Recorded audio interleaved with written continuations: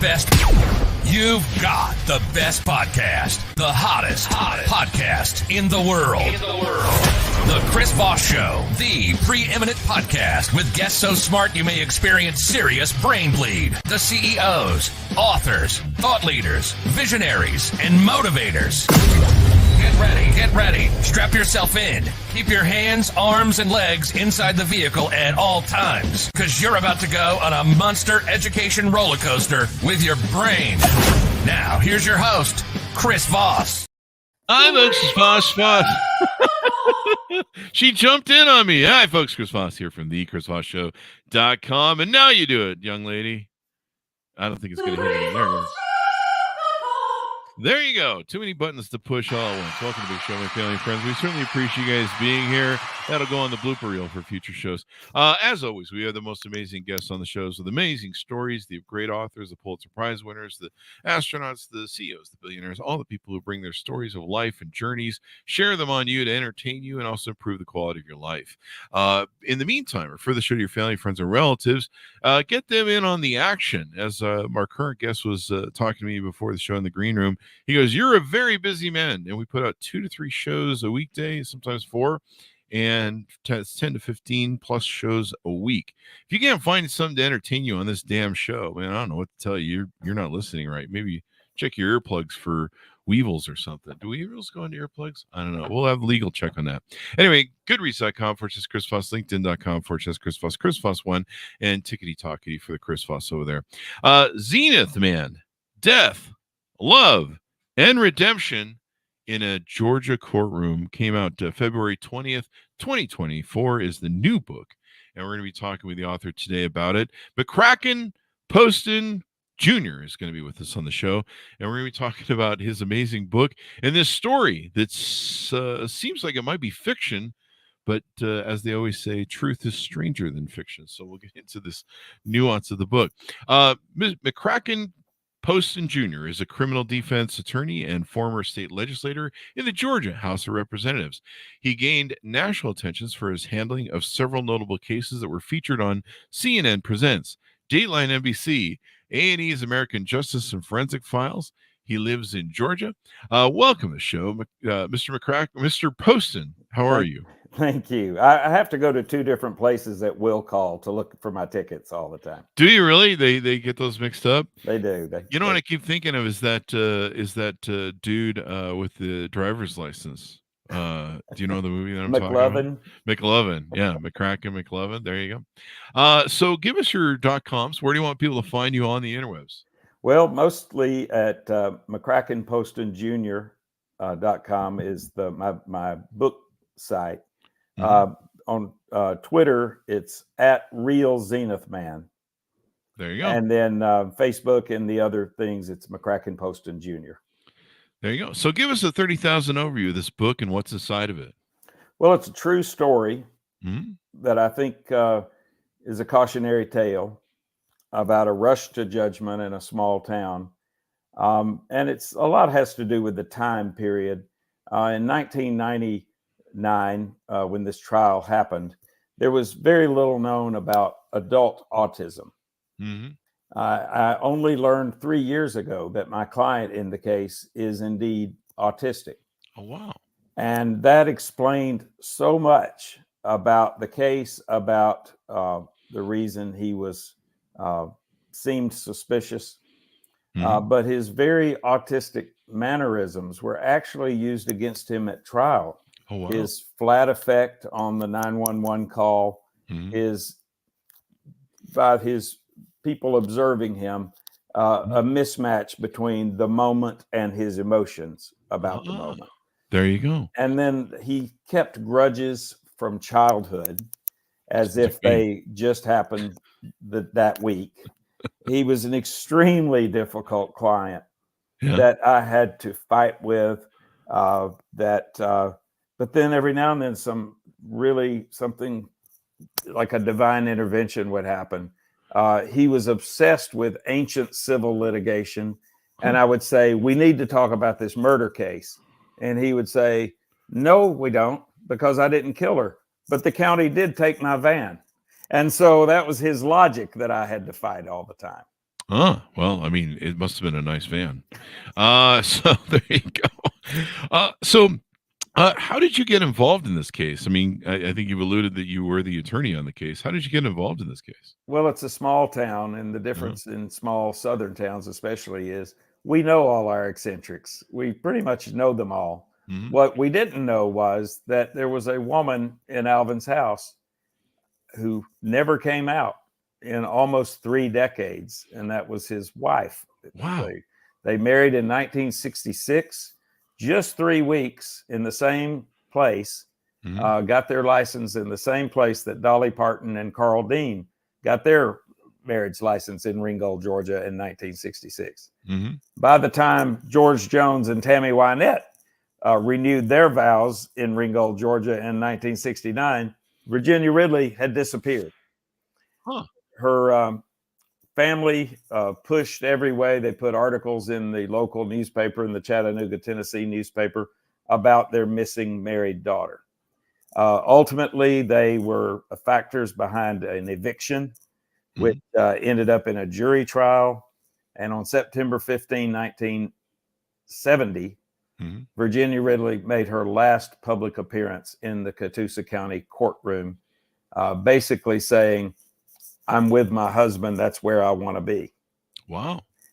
Her family, her parents, kind of backed off at that point. But 27 years later, when Virginia turns up dead, her siblings, and I think understandably, revived all of the rumor mills about they thought that Alvin Ridley had kept his wife from being seen by anyone.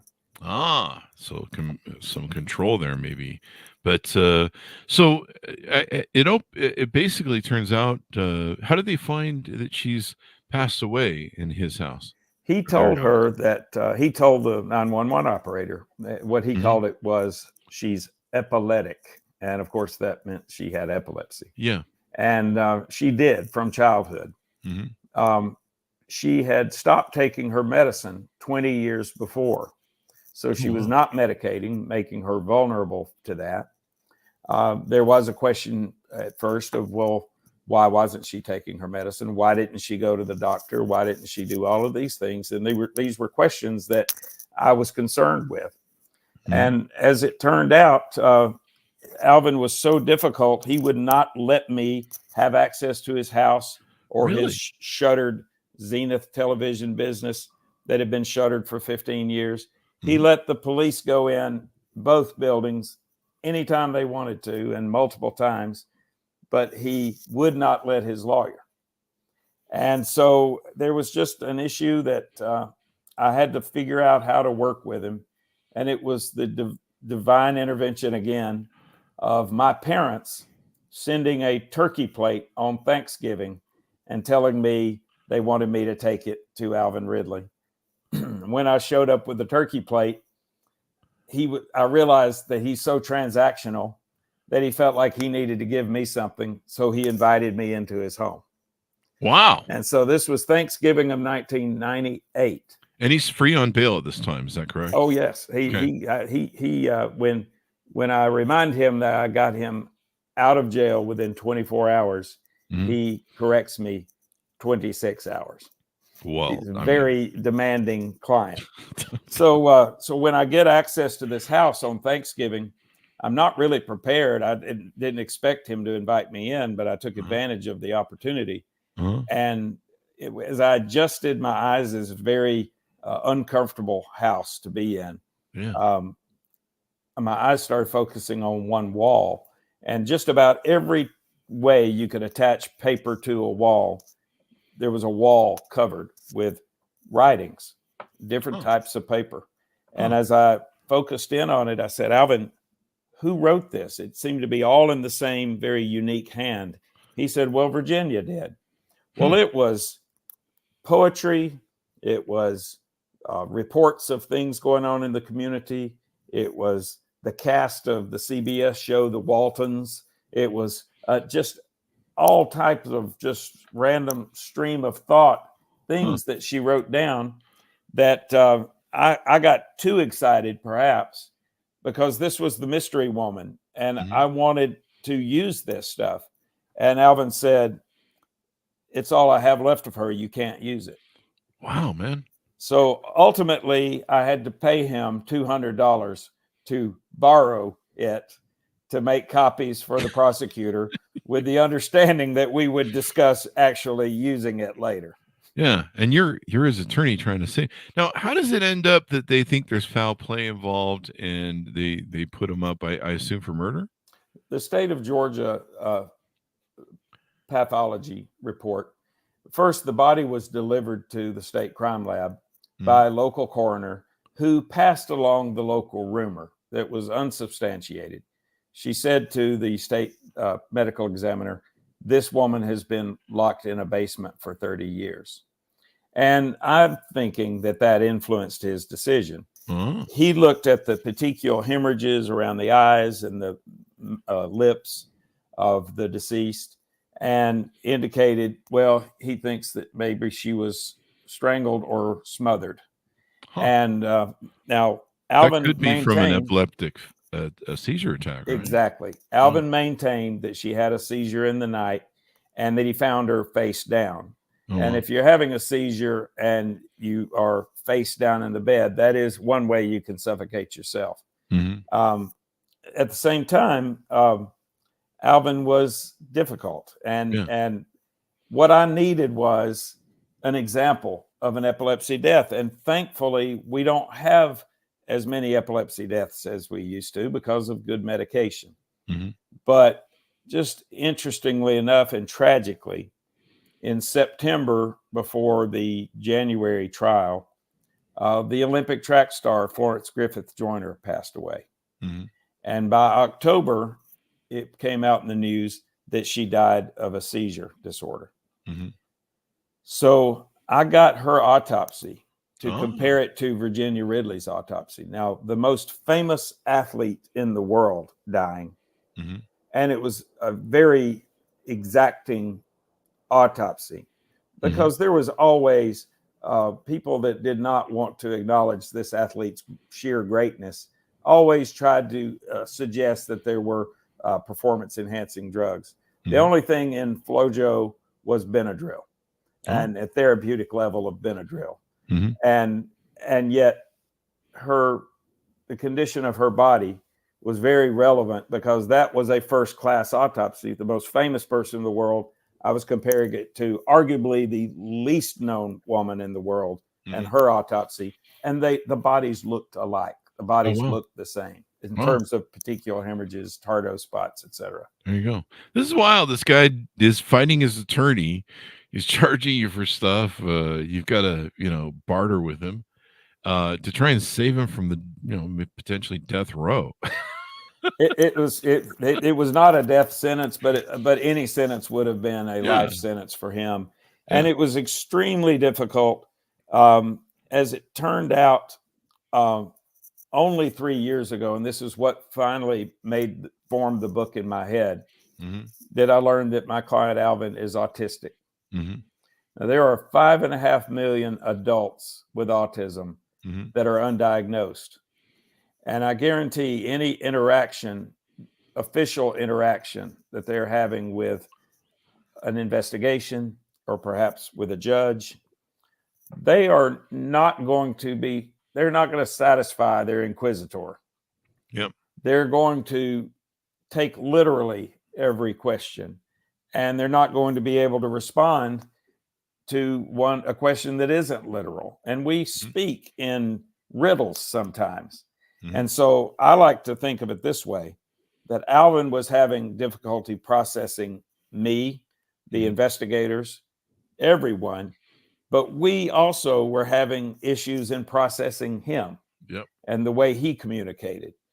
And so it was really just like turning on the light in a room to realize that Alvin is autistic. It explained his flat effect on the 911 call, which was used against him at trial. Because he was very calm and non-emotional. It explained the lack of expected emotion to the moment, which, Alvin absorbs the emotion in a room, and he did when my parents died. And then there'll be a release. There'll be a meltdown at some point. But it's very much goes with autism. And I hope that my book helps perhaps cause police officers to be trained better to screen for that, or state psychologists or judges. Yeah. I have friends that have autistic kids. They respond differently. They close themselves off if they get too much stimuli. It varies on the spectrum, but the responses can be just logical with no emotion, or vice versa. I mean, it just depends. And yeah, I could see how there could be people probably on prison or death row that got there because, as you said, it's not only are we having a hard time understanding, they're having a hard time understanding us, and everything's lost in the middle, and giving them the presumption of suspicion rather than innocence can just make things look awful. So yeah, it makes me wonder how many people might be in jail over this. Another interesting fact is I brought in the world's biggest expert on sudden death and epilepsy, Dr. Braxton Bryant Wanamaker of Orangeburg, South Carolina, where, just as an aside, after taking him to dinner the night before I put him on the stand, as an aside, he said, "Is there anything else unusual about this woman?" And I said, I found what I estimate to be 15,000 entries in this loose leaf journal that went over 30 years. And I said, yeah, she wrote down everything. And he calmly said, that's hypergraphia.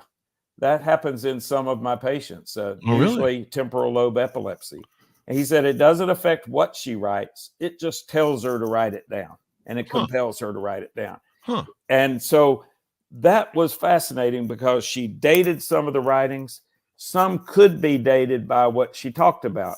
The first moon landing, the second moon landing, the presidents. She wrote President Richard M. Nixon about the couple being evicted from public housing. He responded through the HUD secretary, who referenced her letter to Richard Nixon. She wrote congressmen and senators. They had for every ounce of suspicion they had about local government, and they had pounds of suspicion about local government. There was a counterweight of hope from the federal government. It was very unusual. And they were just two eclectic individuals. Maybe she may have been on the spectrum. I don't know. Perhaps. But they're just two eclectic individuals who like their privacy. They don't like the world messing with them. Like I said, I have lots of autistic friends, and they like to do their own thing because, they see us as the abnormal ones. Absolutely. They're like, you guys are the ones who have problems. We're fine. We understand what we're doing. And I feel equally responsible for the communication problems.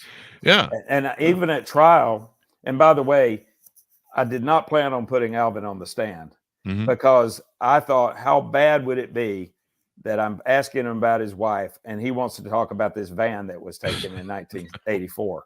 And so it's a nice van, though. I decided I'm not going to put him up. Yeah. And ultimately, Jesus appeared to him during lunch one day, and he came and told me, he said, Jesus told me, you got to put me up.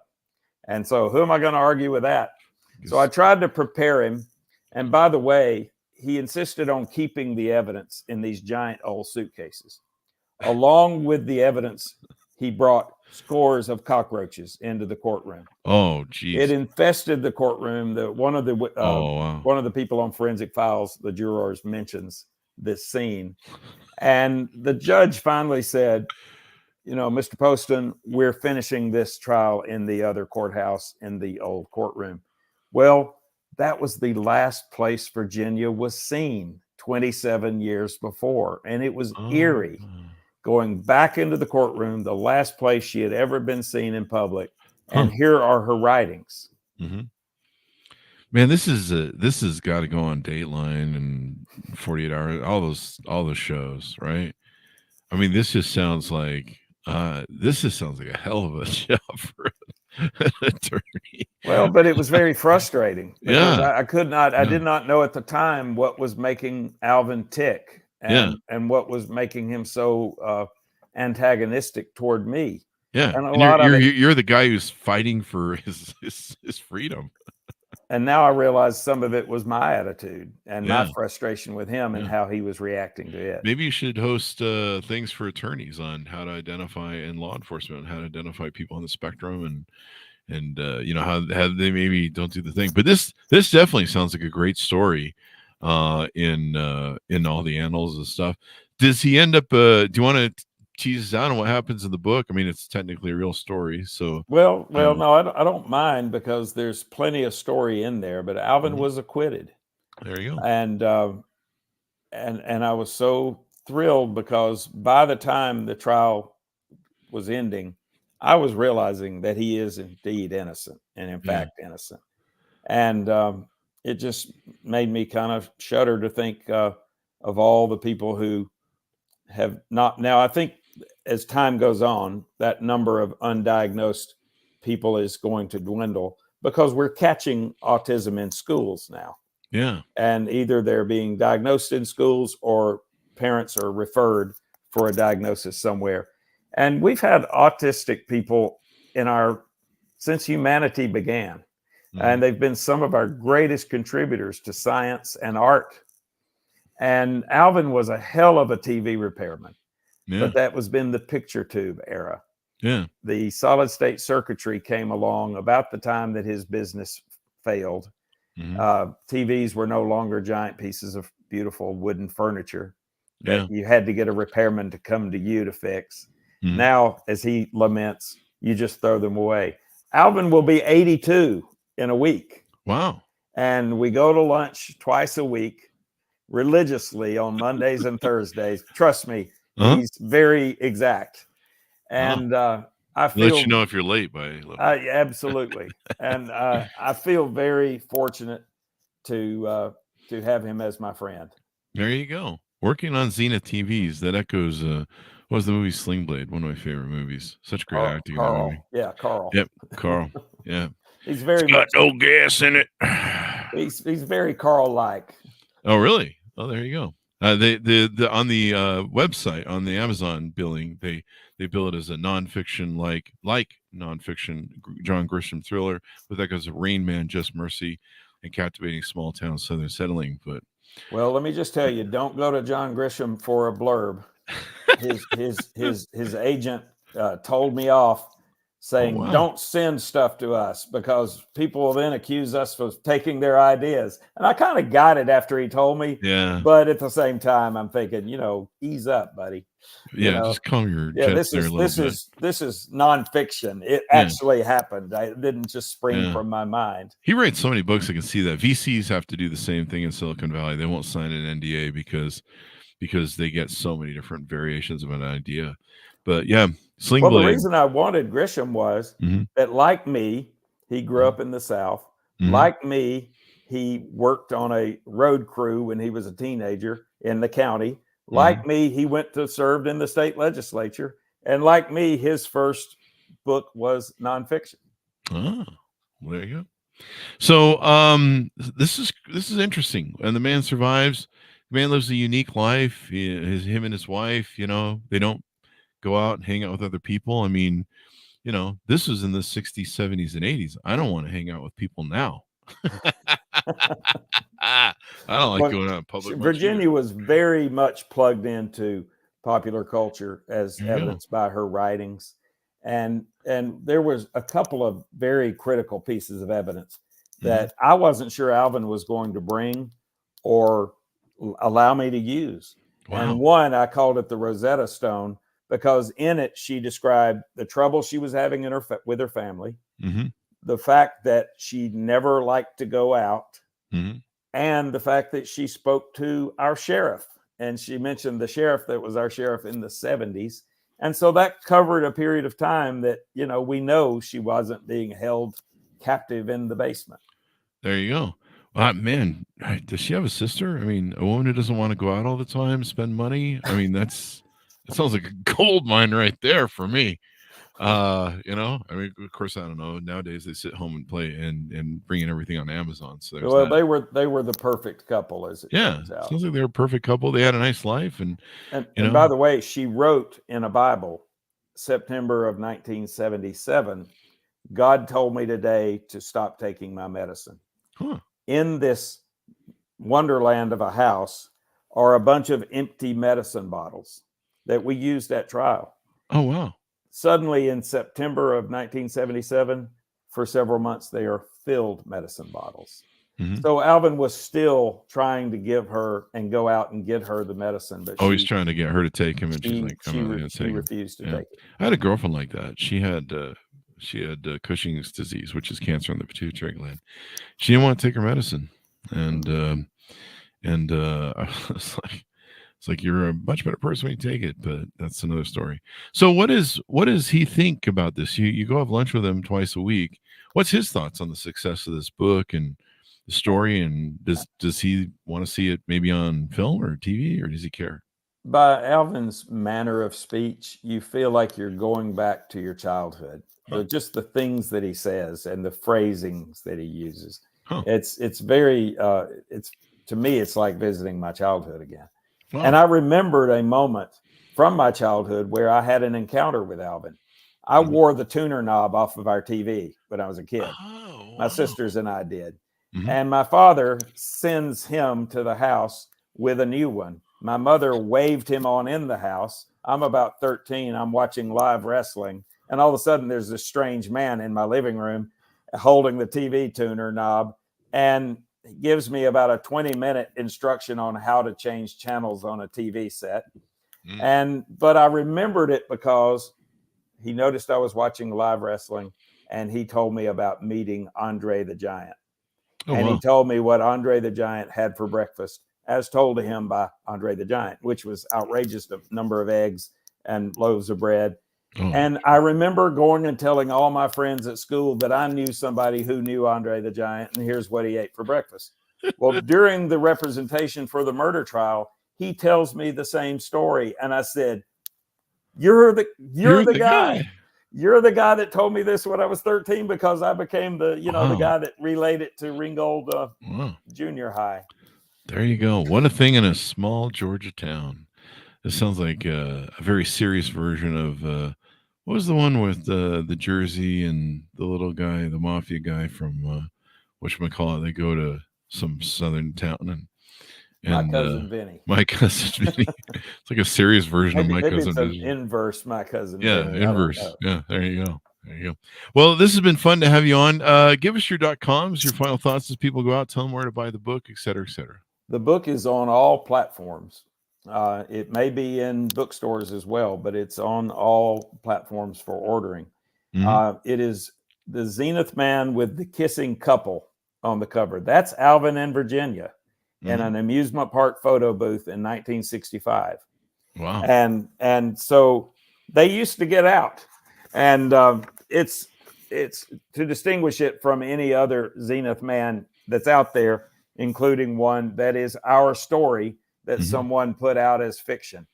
TV repairman with a wife nobody's seen in 3 decades. Oh, really? So it's kind of frustrating, but I this is the title that I gave New Line Cinema when they were considering a movie about it 20 years ago, and I retained literary rights. And there is no copyright in title, so I will credit that author with making me get off my butt to finally write this story. The truth comes out. This will make a great movie, man. This will make a great movie. And Amazon, and there's so many places that make great movies. Maybe you can get Billy Bob Thornton to play the thing. And he did really great in what was it, Goliath on Amazon? If you ever saw that. No, I haven't. He's such a great actor, but yeah, in Sling Blade, he was just iconic. There you go. I guess I'll have some fries with that. Yeah. There you go. Well, thank you very much for coming on the show. We certainly appreciate it, sir. Thank you, Chris. Thank you. And thanks to Honest for tuning in. Order up the book where refined books are sold, and check out the amazing story. Say you were able to read it first before they go muck it up on TV or movies or whatever. And I don't know, they add they always do something with books that take them off course. Zenith Man, Death, Love, and Redemption in Georgia Courtroom, out February 20th, 2024. Thanks to us for tuning in. Go to goodreads.com/Chris Voss, LinkedIn.com/Chris Voss, Chris Voss1 on the TikTokity, and ChrisVossFacebook.com. Be good to each other. Stay safe, and we'll see you guys next time.